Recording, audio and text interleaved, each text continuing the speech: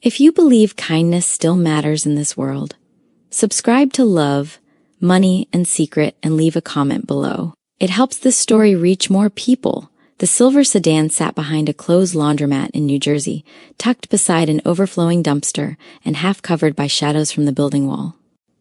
At first glance, it looked abandoned. Just another tired car resting through another cold night. But Kenneth noticed movement. A small hand pressed softly against the fogged-up back window. He froze inside the black luxury car he drove for one of the richest men in New Jersey. The child's tiny fingers dragged across the glass before disappearing. Kenneth slowly lowered his own window, staring harder now. That was when he saw her, Juliet. She leaned forward from the front seat quickly, wrapped a blanket tighter around the children in the back, then checked the car locks twice like somebody afraid the world might open the door and take the last. Things she loved. Kenneth felt something heavy settle in his chest.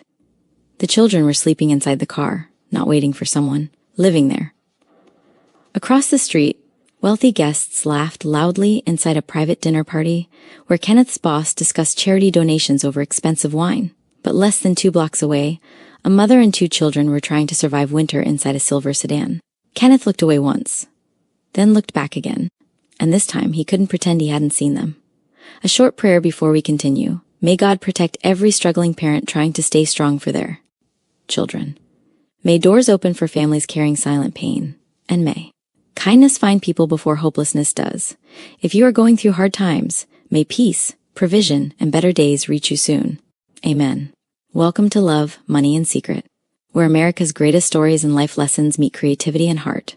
If you're new to the family, we're grateful to have you here. Don't forget to hit that subscribe button. It helps us bring more unforgettable stories your way. Not heavy snow yet, just the kind that made the air sting your face and warned poor people that winter was getting serious. Kenneth stayed inside the black luxury car for almost 3 minutes arguing with himself. This was not his business. That was what people like him were trained to believe. Drive the wealthy, open doors, stay polite, keep moving. But every time he looked toward the silver sedan, he remembered the little hand against the glass. Finally, Kenneth stepped out. His dress shoes crossed the cold parking lot slowly. Both hands stayed, visible because he did not want to frighten her. Before he even reached the car, Juliet noticed him. Her body tightened immediately. She grabbed her keys. Click. The doors locked again, even though they were already locked. Kenneth stopped a few feet away and knocked gently on the window. Juliet lowered it barely 2 inches. Her eyes looked exhausted, sharp, and defensive all at once. If you're here to tell me I can't park here, she said quietly, at least let me finish pretending this is a hotel. Kenneth blinked. That sentence hit harder than he expected. For 1 second, neither of them spoke. Then Kenneth surprised himself by laughing softly. No, ma'am, he said. I'm not here for that. Good, Juliet replied. Because the management here is terrible, but the rent finally fits my budget. That almost made him smile. Almost. Then Kenneth looked toward the back seat again. One child was curled beneath a thin blanket holding a stuffed animal, missing one eye. The other slept wearing a school hoodie as a pillow. Kenneth swallowed hard. Tell me in the comments. What would you do if you saw a mother and 0 children sleeping in a car during winter? Juliet noticed his expression change. Immediately, pride rose in her voice. We're fine. Kenneth glanced at the fogged windows, the blankets, the bottled water, the exhaustion sitting all over that car. Then he looked back at her gently. Fine can still use a warm meal. Juliet stared at Kenneth carefully like life had taught her that help. Usually arrived carrying conditions. You always walk up to strange women's cars at night offering food? She asked. Kenneth shook his head. No. Usually I drive rich people around while they complain about restaurant reservations. That pulled the smallest smile from her face. Small, quick, gone almost immediately. Inside the car, one of the children coughed softly in their sleep. Juliet turned right away, rubbing the child's back with automatic, motherly care before the coughing could fully wake them. Kenneth watched quietly, not with pity, with respect. That was what unsettled him most. Nothing about Juliet looked careless. Nothing about her felt lazy. She looked like somebody carrying too much weight with nowhere safe to put it down. Kenneth reached slowly into his coat pocket and pulled out a folded diner receipt. There's a 24-hour diner 2 streets over, he said. I can bring food. You don't have to come with me. You don't have to explain anything either. Juliet opened her mouth to answer. Before she could, her stomach growled loudly enough to embarrass both of them. Kenneth politely looked away. Juliet closed her eyes. Well, she muttered, my stomach just testified against me. Kenneth laughed softly. Strong witness? This time Juliet laughed too, not the fake polite kind. A real laugh, tired, short, human. And for the first time in 6 nights, the cold parking lot behind that. Laundromat did not feel completely hopeless. Kenneth nodded toward the diner receipt. Soup okay? Juliet looked at her sleeping children again before answering. Only if the kids eat first, Kenneth smiled gently. I figured you'd say that. As Kenneth walked back toward the black luxury car, Juliet watched him carefully through the cracked window. She still did not trust life. She barely trusted people. But something about Kenneth felt different. And Kenneth already knew something dangerous the moment he sat behind the wheel again. He was not going to forget that silver car. Not tomorrow. Not next week. Maybe not ever. New Jersey winter did not care how tired Juliet was. The cold came through the old silver car like it had a key. It slipped under the doors, touched the children's fingers, and made Juliet keep checking the thin blankets in the back seat every few minutes. Y'all warm back there? She whispered. One child nodded sleepily, hugging a stuffed animal with one missing eye. The other mumbled, Is this still our adventure? Juliet smiled, even though her chest hurt. Yes, baby. Just a small adventure. We're camping, but with seatbelts that made them giggle softly. Juliet held the smile until they stopped looking at her. That was her job now. Smile first. Worry later. Make the cold sound temporary. Make hunger sound like patience. Make the car feel less like failure and more like a strange little stop on the way to better days. On the front passenger seat sat a paper bag with cold fries folded inside. Beside it were 2 bottles of water, one half empty and one unopened, because Juliet kept saving things that were already too small to save. Mommy, are you eating? One child asked. Juliet picked up one fry and waved it like a prize. Of course. This is fine dining. New Jersey's finest potato sticks. The children laughed again. She gave them the better pieces and kept the hard ones for herself. By the time their breathing grew soft in the back seat, Juliet's face changed. The smile faded. Her shoulders dropped. She turned toward the windshield and stared at the closed laundromat in front of her. 6 nights. 6 nights of brushing teeth with bottled water. 6 nights of folding school clothes across her lap. 6 nights of pretending tomorrow would be easier because children needed hope more than adults needed honesty. She pressed her hand against her mouth before the sound could come out. Lord, she whispered, I'm trying. I really am. A tear slipped down her cheek. She wiped it quickly, ashamed, even though nobody was awake to see it.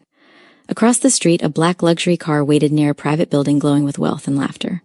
Juliet did not notice it, but Kenneth noticed her car again. He sat behind the wheel, dressed in a dark suit, watching the same silver sedan he had seen more than once. This time, he leaned forward, because something inside that car had moved. Kenneth had spent almost 15 years driving wealthy people through New Jersey without ever truly belonging to their world. Every morning started the same way. Polished black luxury car, pressed suit, perfect timing, quiet professionalism. His job was simple: drive powerful people where they needed to go and make the ride feel invisible. Some nights he waited outside expensive restaurants while businessmen argued over deals worth more than most families earned in years. Other nights he stood beside private buildings holding doors open for people who spoke about community struggles before stepping into heated cars and forgetting those struggles existed. Kenneth learned long ago that money could make life comfortable, without making people kind. That night, he sat parked across from another private dinner where his employer laughed with investors behind tall glass windows glowing gold against the winter dark. But Kenneth was not watching the building anymore. He was watching the silver sedan. Again. At first he told himself it was coincidence. New Jersey streets stayed busy late. Cars parked everywhere. But something about Juliet's car stayed with him after he drove home each night. Maybe it was the way she always parked near light. Maybe it was how carefully she checked the locks. Maybe it was the silence around that car that felt heavier than normal silence. Kenneth leaned back in his seat and rubbed his jaw. This ain't your business, he muttered to himself. Still, his eyes returned to the sedan again. A few seconds later, movement shifted inside. Juliet leaned toward the back seat quickly. One child was coughing. Even from across the street, Kenneth could see how fast she reacted. Her hand rubbed the child's back gently while she whispered something. Calm enough to settle them again. The coughing stopped. Juliet stayed turned around a little longer anyway, watching carefully, like mothers do when fear never fully sleeps. Kenneth swallowed hard. He had driven past homeless people before. Everybody had. Most people looked away because looking too long made guilt. Uncomfortable. But this felt different now. This was not a stranger sleeping beneath cardboard beside a highway exit. This was a mother trying to make a car feel safe enough for children to dream inside it. Across the street, laughter exploded from the wealthy dinner party again. Kenneth looked toward the building, then back toward Juliet's car. The difference between those two worlds suddenly felt ugly to him. Cold wind brushed against the windows of the luxury car. Kenneth looked up toward the sky. Snow was coming. Not tomorrow. Tonight. He stared at the silver sedan one more time before finally making a decision. Then Kenneth opened the driver's door and stepped out into the cold. Kenneth crossed the parking lot slowly, careful not to move too fast. The cold air bit through his coat immediately, but Juliet noticed him. Before he even reached the silver sedan, her whole body stiffened. She grabbed her keys tightly. Click. The doors locked again even though they were already locked already. Kenneth stopped a few feet away, keeping both hands visible. He understood fear. Not personally the way Juliet did, but enough to know a woman alone at night with children inside a car had every reason to be cautious. He knocked gently on the window. Juliet lowered it barely 2 inches. Her eyes studied him carefully beneath the parking lot lights. "If you're here to tell me I can't park here," she said quietly, "at least let me finish pretending this is a hotel." Kenneth blinked once before a soft laugh escaped him. "No, ma'am," he replied. "I'm not here for that." "Good," Juliet muttered. "Because customer service here has been terrible." That almost made him smile. Almost. Then Kenneth looked toward the back seat again. One child slept curled beneath blankets while hugging a stuffed animal missing one eye. The other used a school hoodie as a pillow.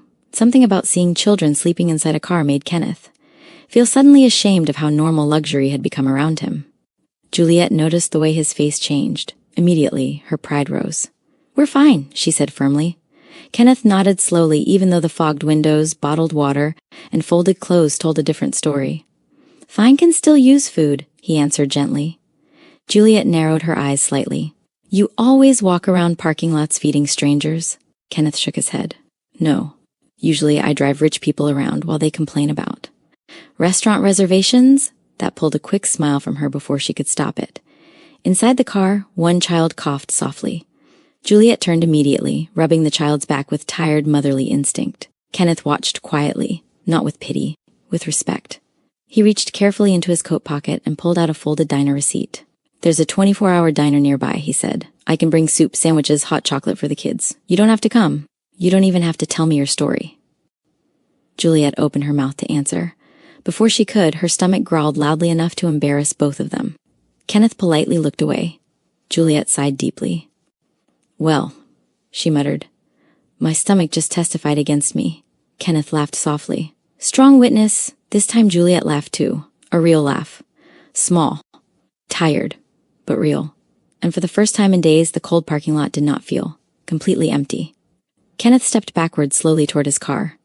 "I'll be back soon," he said. Juliet watched him carefully through the cracked window as he walked away. She still did not trust life. But something about Kenneth felt safe enough to make her hope quietly.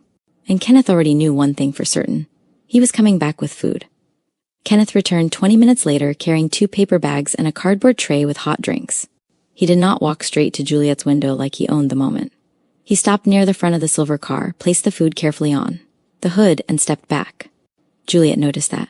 Most people handed help over like they wanted to feel powerful. Kenneth gave her space to choose whether to accept it. She opened the car doors slowly and stepped out, pulling her thin coat tighter around herself. "You really came back," she said. Kenneth gave a small nod. "I said I would." Juliet looked at the bags on the hood. "What's all this? Soup, sandwiches, bottled water, fruit cups, hot chocolate for the kids." Juliet raised one eyebrow. "Fruit cups?" "I was trying to make one responsible decision." She almost smiled. "Rich people always bring fruit when they feel guilty." Kenneth shook his head. "I'm not rich. I just drive rich. That sounds rich adjacent. Rich adjacent still checks prices at the gas station." Juliet gave him a look like she wanted to laugh, but refused to reward him too quickly. The smell of warm food slipped through the cracked door, and the children stirred in the back seat. One small voice asked, "Mommy?" Juliet turned immediately. "It's okay, baby." Food came. Both children sat up slowly, sleepy faces softening when Juliet passed. The hot chocolate into the back. "Careful," she said. "It's warm. Don't spill it on the blanket." "This is still our 5-star hotel." Kenneth looked down, hiding a smile. Juliet opened the soup, tested the heat, and handed it back carefully. She made sure the children ate first, tearing sandwiches into smaller pieces, and wiping their mouths with napkins Kenneth had brought. Kenneth stayed several steps away near his black car. He did not stare, he did not crowd them. He gave Juliet the dignity of feeding her children without an audience. That quiet respect reached her more deeply than the meal. After a while, she picked up a sandwich for herself. Her hands were cold, but she ate slowly. Like pride still wanted to argue with hunger. Kenneth looked toward the private building across the street, where laughter still came through the glass. Juliet followed his eyes. "Your rich people still arguing about reservations?" Probably. Tell them I said the soup out here has more personality than their whole dinner. Kenneth laughed softly.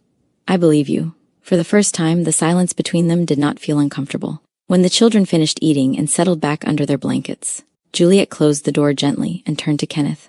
Her voice was softer now. Thank you. Kenneth shook his head. You don't have to. Yes, Juliet said, stopping him. I do. Homelessness didn't steal my manners. Kenneth went quiet. Juliet held his eyes for one honest second.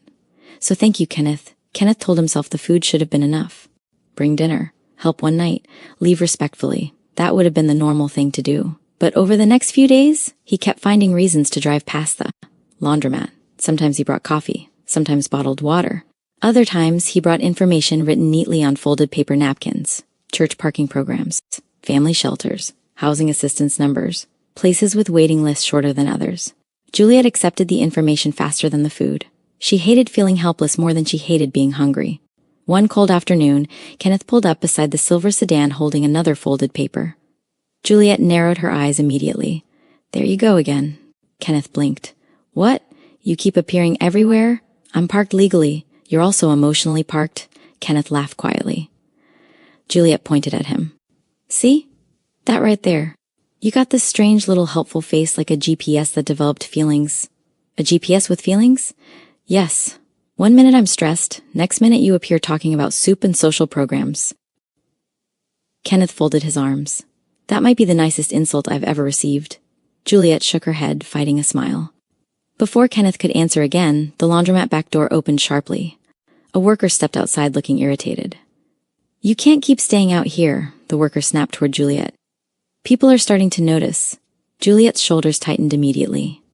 The children sat quietly in the back seat, pretending not to listen, which somehow made the moment worse. Juliet stepped forward quickly. We're not bothering anybody. I said people are noticing. Embarrassment flooded Juliet's face so fast Kenneth saw it happen in real time.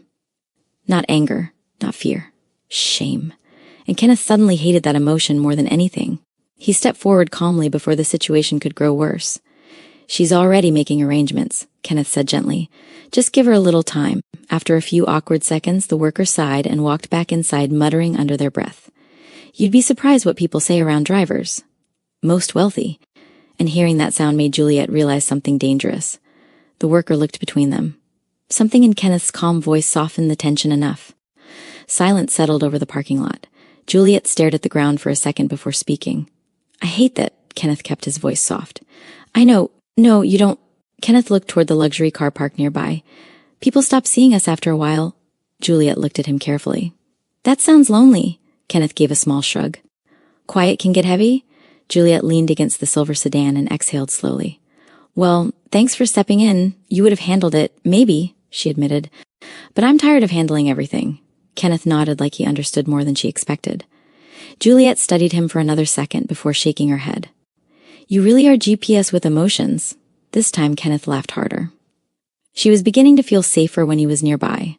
A few nights later, Kenneth found Juliet sitting on the hood of the silver sedan holding a paper cup of coffee between both hands. The children were asleep again in the back seat, bundled beneath blankets while soft rain tapped lightly against the car windows. Kenneth parked nearby and walked over carefully. You okay? He asked. Juliet gave a tired little laugh. That depends. Financially or emotionally? Kenneth leaned against the car beside her. Let's start financially. Terrible. And emotionally. Juliet looked up at the cloudy New Jersey sky. Also terrible. But with better jokes. That made Kenneth smile. For a while, they sat quietly before Juliet finally spoke again. You know the strange thing about losing everything? She asked softly. Kenneth shook his head. It doesn't happen all at once. People think life falls apart loudly. Most times it happens slowly enough for you to keep lying to yourself. Kenneth listened carefully. First, my work hours got cut, Juliet continued. Then bills got late. Then rent got behind. Then everybody started saying, I wish I could, help, instead of actually helping. She stared down into the coffee cup. I kept thinking I was one good week away from fixing everything. Kenneth understood that feeling more than she realized. He looked toward the glowing buildings farther down the street. I spend my life around wealthy people, he admitted quietly. Big houses, fancy parties, expensive watches. Juliet glanced sideways at him. That sounds horrible. Continue? Kenneth laughed softly, but most of those rooms feel empty. Everybody performing success. Everybody pretending they're happy? Juliet nodded slowly. So poor people got money problems, she said, and rich people got soul problems. Kenneth looked at her with quiet admiration. That's actually accurate. Before Juliet could answer, she suddenly turned the ignition key inside the silver sedan. The engine coughed once, then died. Juliet stared at the dashboard. No, she whispered. She tried again. The car groaned weakly before falling silent. Juliet closed her eyes slowly. You gotta be kidding me. Kenneth stepped closer. Battery. This car has multiple emotional issues, Juliet muttered. At this point, it needs counseling. Kenneth laughed before he could stop himself. Swept across the parking lot, pushing Juliet slightly off. Balance as she stepped out again. Kenneth's hand lifted instinctively toward her arm before stopping. Halfway. That tiny hesitation caught Juliet's attention immediately. Most people grabbed first and thought later. Kenneth paused first. Juliet looked at him carefully. You're careful, she said quietly. Kenneth lowered his hand slowly. With you? Yes. Why? His voice stayed calm. Because life already handled you roughly enough. The air between them changed after that. Not loudly, not suddenly. Just enough for Juliet to feel warmth that had nothing to do with winter coats. Kenneth looked toward the dead car again. Let me help fix it. Juliet folded her arms immediately. I'm not taking charity. It's not charity. It sounds expensive. Kenneth smiled slightly. We can call it a loan if that helps your attitude. Juliet studied him for a long moment before speaking softly. You're careful with me. And Kenneth realized that sentence mattered more to him than it probably should have. The unnamed billionaire noticed Kenneth changing before Kenneth noticed it himself. For years, Kenneth had been steady, always early, always quiet, always focused. He knew which entrance to use, which guests disliked waiting, which hotel valet moved slowly, and which private dinner would last longer than promised. He had built his life around precision because wealthy people often confused delay with disrespect. But after meeting Juliet, Kenneth's attention began slipping in small ways. He checked his phone during long waits. He packed extra napkins and bottled water into the car.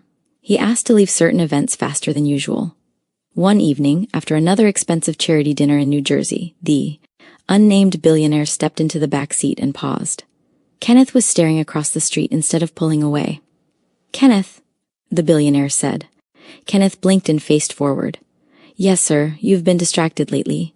Kenneth tightened his hands on the steering wheel. I apologize, that wasn't an accusation. Kenneth said nothing. The billionaire leaned back, studying him through the rearview mirror. You're carrying something. Kenneth almost denied it. That was the professional answer. Drivers did not bring personal burdens into luxury cars. They opened. Doors followed routes and stayed invisible. But Kenneth thought about Juliet's children sleeping under thin blankets.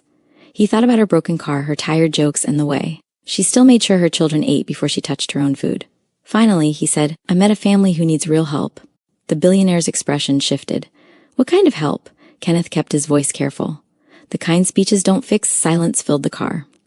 Outside, wealthy guests exited the building laughing, coats wrapped.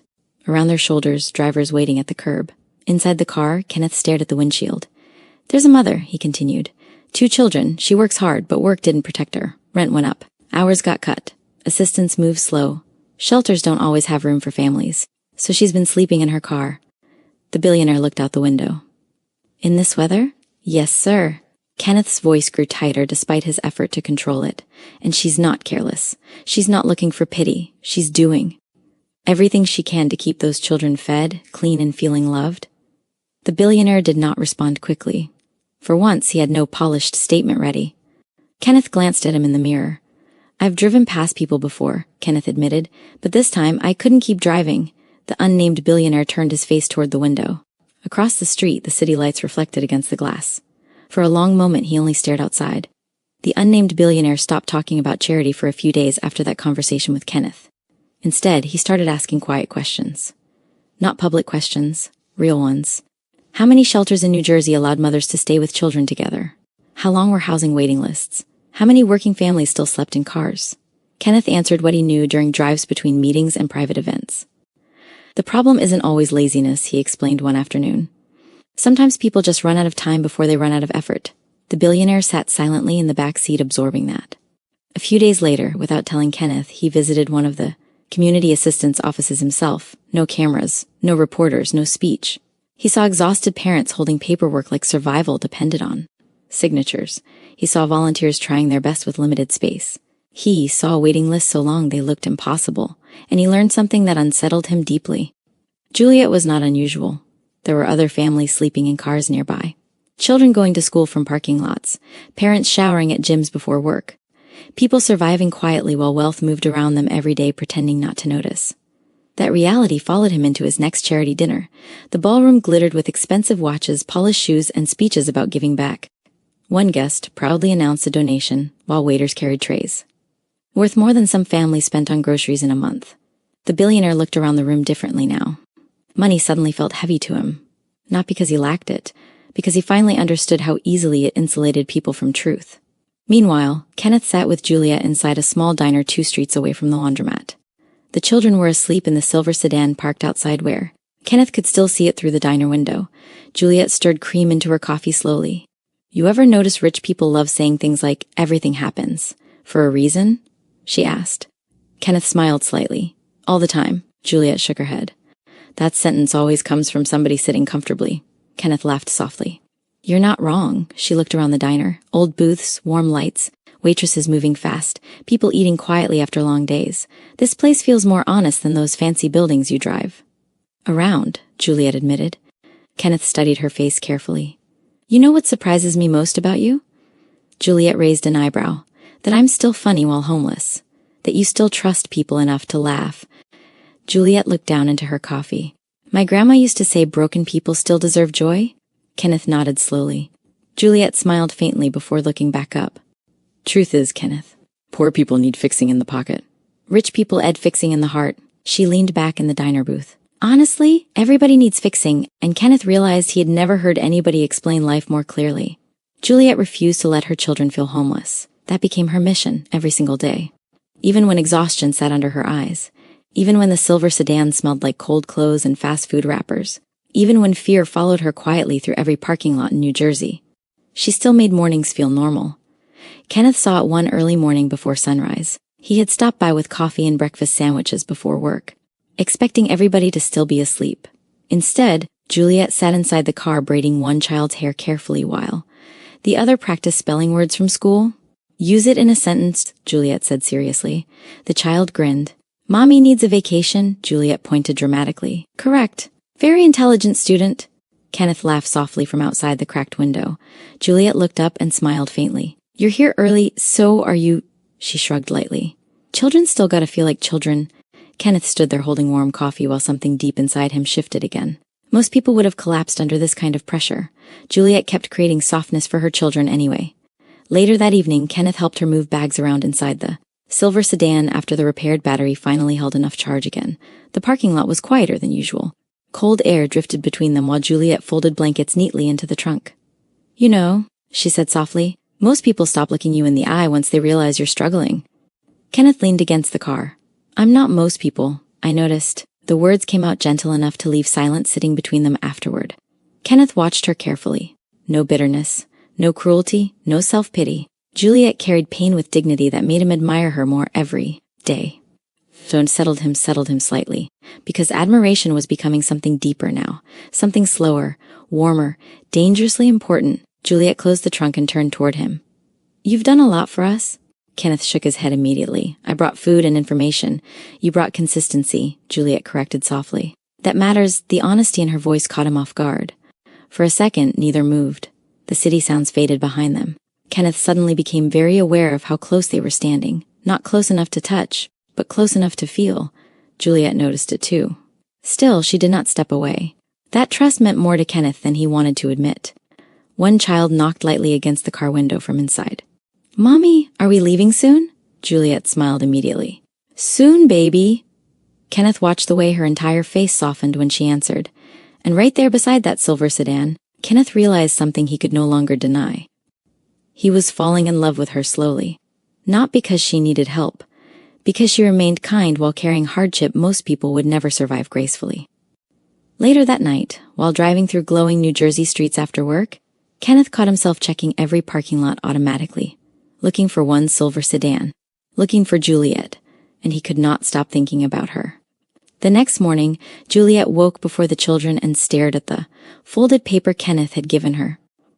A community center in New Jersey was offering housing consultations. Not a promise. Not a miracle. Just a chance. Still, Juliet treated that paper like it mattered. She washed the children's faces with bottled water, smoothed their clothes, fixed her own hair as best as she could in the car mirror, and whispered, "Today, we walk in like we belong there." One child looked at her from the back seat. "Do we?" Juliet smiled, though her throat tightened. "Yes, baby. We belong anywhere help is being offered." By mid-morning, the community center was crowded. Parents stood in lines holding folders. Children sat against walls with backpacks between their knees. Volunteers moved from table to table, answering questions with tired kindness. The room smelled like coffee, damp coats, and worry. Juliet held her children close and waited. Kenneth had offered to walk inside with her, but Juliet told him no. "I need to do this myself," she said, so he waited near the entrance, close enough to help, far enough to respect her. When Juliet's turn finally came, she stepped forward with her chin lifted. "I'm here about family housing assistance," she said quietly. The staff member looked down at the papers, then back at Juliet. "You're currently staying where?" Juliet lowered her voice. "In my car?"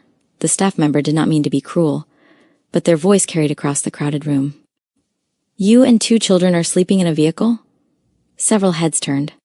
Juliet froze. One child moved closer to her leg. The other stared at the floor. Juliet felt the shame rise hot in her face. She could handle hunger. She could handle cold. She could handle sleeping upright until her body ached. But having her children hear their life announced to strangers almost broke her. She swallowed hard. "Yes," she said, "but I'm working on changing that. I'm working on changing that more paperwork. There's a waiting list. Emergency family placement is limited. You may need more documentation." Juliet's fingers tightened around the folder.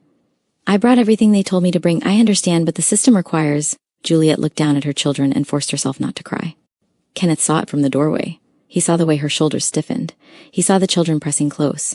He saw Juliet trying to stay proud while the room quietly watched her pain. This time, he did not rush.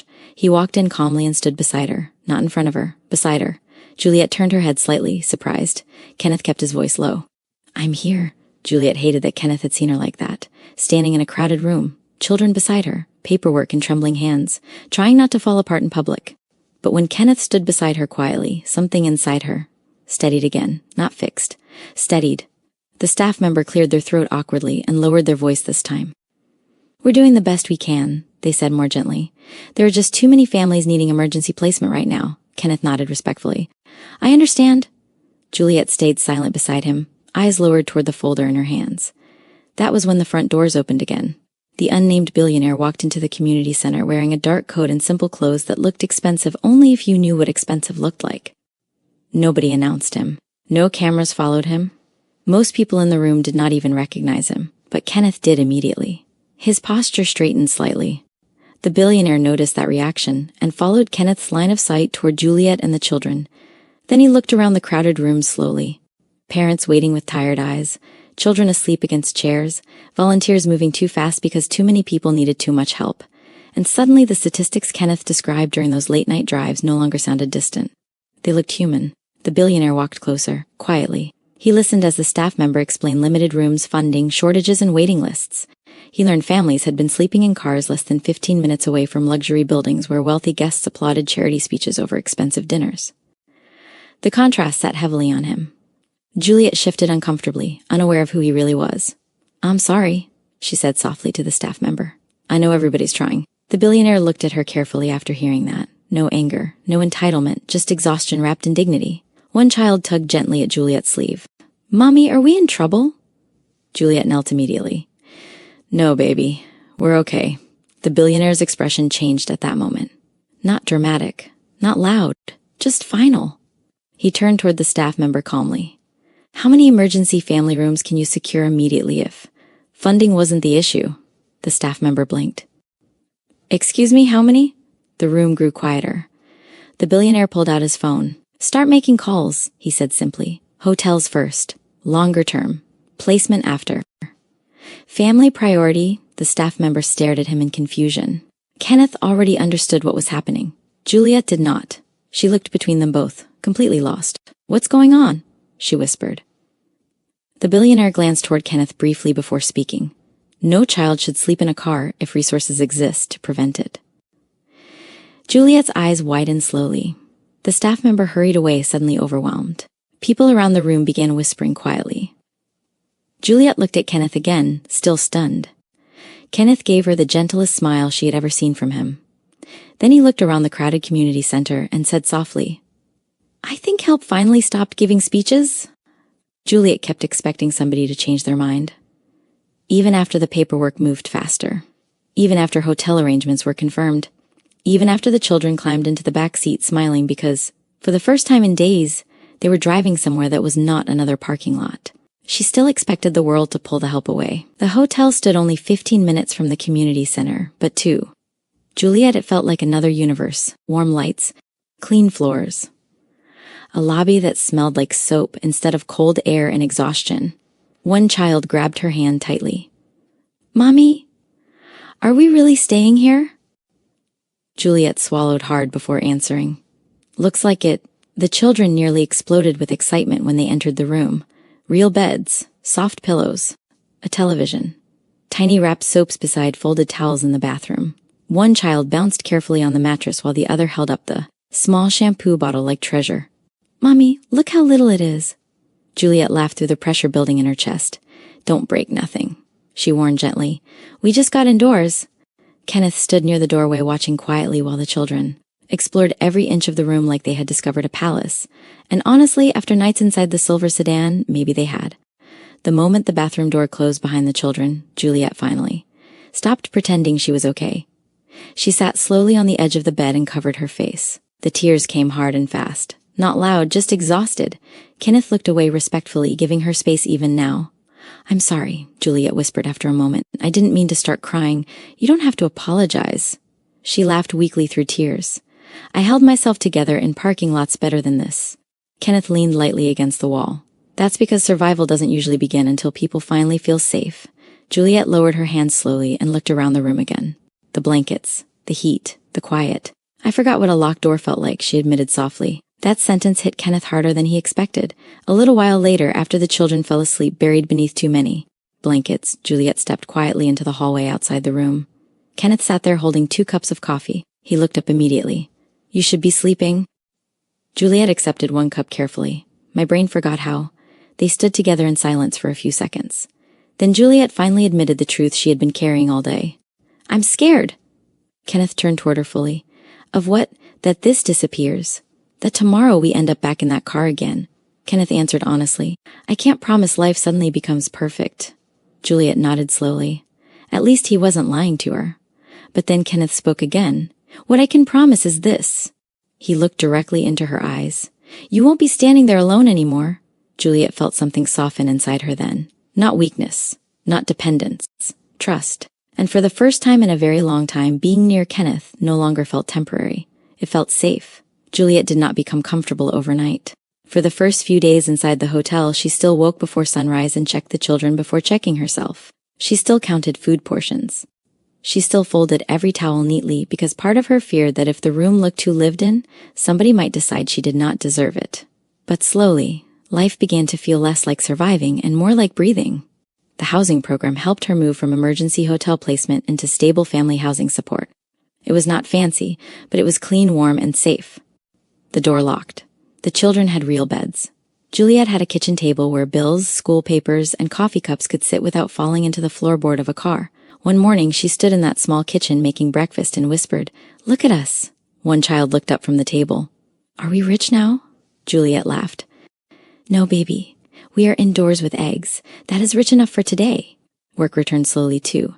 Not perfect hours, but steady ones. Juliet took every shift she could manage while still showing up for school meetings, homework, laundry days, and bedtime prayers. Kenneth stayed close, but never too close. That mattered. He did not rush into her new life acting like he owned the recovery. He helped when she allowed it, stepped back when she needed space, and showed up when he said he would. At first, their time together looked simple. Coffee after work. A walk through a New Jersey park while the children ran ahead. A booth at the same diner where Juliet now ordered without checking the cheapest side of the menu first. School events where Kenneth stood quietly in the back, smiling.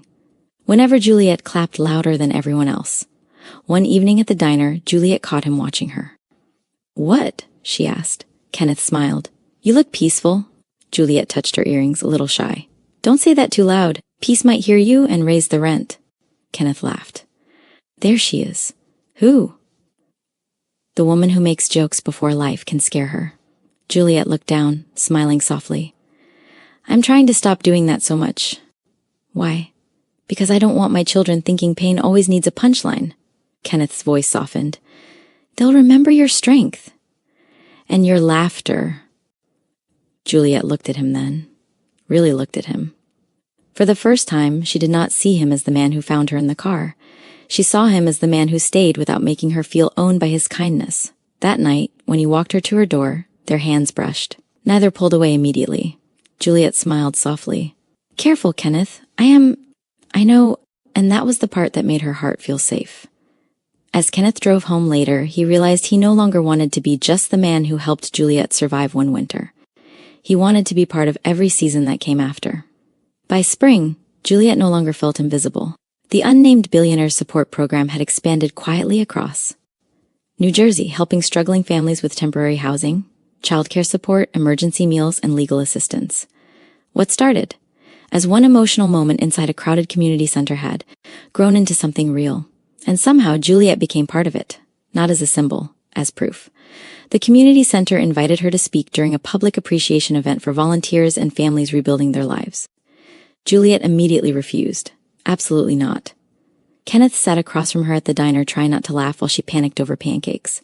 You survived sleeping in a car during winter, he said calmly. But a microphone scares you? Juliet pointed her fork at him. That microphone got witnesses, Kenneth smiled. You'll do fine. No, I'll pass out dramatically in public. I'll catch you. That sounds expensive. Kenneth laughed softly while Juliet shook her head. The night of the event arrived warm and clear. Small lights hung across the community center courtyard while families gathered around folding. Tables filled with food and drinks. Children ran across the grass laughing. Music played softly nearby. And for once, Juliet attended something without fear sitting on her shoulders. Kenneth noticed it immediately. She wore a simple dress, earrings that caught the evening light, and the same strength he first saw behind the wheel of the silver sedan. Only now, exhaustion no longer carried most of the weight. When organizers called Juliet's name, she froze. Kenneth leaned closer. Breathe. You better not let me embarrass myself. You could never. Juliet walked slowly toward the microphone while the children watched proudly from the front row. At first, her hands trembled. Then she looked at the families sitting in front of her and stopped trying to sound perfect. I used to think homelessness looked different, she admitted softly. I thought people would see it on you immediately. The crowd grew quiet. But the truth is, sometimes it looks like school clothes folded in the back seat of a car. Sometimes it looks like a mother joking too much, because she doesn't want her children hearing fear in her voice. Kenneth lowered his eyes, emotional already. Juliet continued carefully. I learned something during the hardest season of my life. Most people don't need pity. They need dignity. They need somebody willing to help without making them feel small. The crowd applauded softly. Juliet looked toward Kenneth then, and sometimes she said with emotion catching in her throat, God, sends help through somebody who could have kept driving. Kenneth looked down immediately, overwhelmed. The applause grew louder now. Not for wealth, not for charity speeches, for humanity. After the event ended, Juliet stepped outside beneath the soft New Jersey night sky, trying to calm herself down. Kenneth followed a moment later, holding 2 paper cups of coffee. Juliet looked at him suspiciously. You brought emotional support beverages? I came prepared. She laughed softly before her expression changed. You really listened to me back then, she admitted quietly. Kenneth stepped closer. I never stopped. Juliet looked away before tears could fully rise. You better not make me cry in public. Kenneth's voice dropped gently. Too late, and standing beneath those warm lights, Kenneth realized he could not keep his feelings hidden much longer. Summer arrived gently in New Jersey. Not long ago, Juliet measured safety one night at a time inside a silver sedan parked behind a laundromat. Now she stood inside a small but comfortable apartment, helping the children hang drawings on a real refrigerator. Life still was not perfect. Bills still existed. Work still exhausted her. But survival no longer felt like a daily emergency. The unnamed billionaire kept his promise too. The housing program expanded quietly across several neighborhoods, helping families find temporary shelter, childcare support, legal guidance, and stable housing opportunities before desperation forced them into cars or unsafe spaces. For the first time in years, Juliet saw wealth being used with purpose instead of performance. And Kenneth remained beside her through all of it. Not ahead of her, not above her, beside her, One evening after dinner, Juliet stood at the kitchen sink while Kenneth helped the children clean up spilled juice and crumpled napkins from the table. "You missed a spot?" Juliet teased. Kenneth looked down seriously. "I'm under attack by tiny criminals." The children laughed loudly. Juliet smiled so hard her cheeks hurt. That feeling still surprised her sometimes. Joy without fear. Later that night, after the children fell asleep, Juliet and Kenneth sat together outside the apartment building beneath soft evening lights. The same kind of lights that once reflected across the windows of the silver sedan. Only now Juliet no longer felt trapped beneath them. Kenneth looked at her quietly for a long moment. "What?" Juliet asked. "I was just thinking, that's dangerous." Kenneth smiled. "You remember the first thing you said to me?" Juliet covered her face immediately. "Oh Lord, the hotel line, it was memorable. I was homeless and defensive. Leave me alone." Kenneth laughed softly before growing serious again. "That night changed my life." Juliet looked at him carefully. "You changed mine too." For a moment neither spoke. The city moved softly around them while years of loneliness seemed to loosen quietly inside both of them. Then Kenneth reached for her hand slowly. No pressure, no demand, just honesty. "I love you, Juliet," he said softly. "Not because you needed help, not because I felt sorry for you. I love the way you protected your children even when life was hard on you. I love your strength, your humor. Your heart?" Juliet's eyes filled immediately. Kenneth squeezed her hand gently. "You taught me that kindness means nothing if it steals somebody's dignity." A tear slipped down Juliet's cheek. This time she did not hide it. "I love you too," she whispered. Not loudly, not dramatically, just truth. And somehow that made it even more powerful. Months later, Juliet began helping other struggling mothers through the same community program that once helped her. Kenneth no longer felt invisible driving wealthy people around New Jersey, because now he understood his life mattered far beyond luxury doors and polished buildings. The children laughed more. Juliet slept peacefully again. Kenneth finally felt like he belonged somewhere. And together they proved something many people forget. Homelessness is not failure. Kindness matters. Respect matters. And sometimes the difference between surviving and healing is simply somebody kind enough to stop driving.